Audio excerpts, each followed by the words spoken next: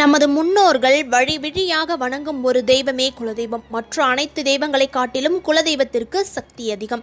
யமன் கூட ஒருவரின் உயிரை பறிக்க வேண்டுமானால் குலதெய்வத்தின் அனுமதி பெற்றே பறிப்பார். இப்படி பல அபூர்வ சக்திகளை கொண்ட குலதெய்வத்தின் சாபம் எதனால ஏற்படுது தெரியுமா?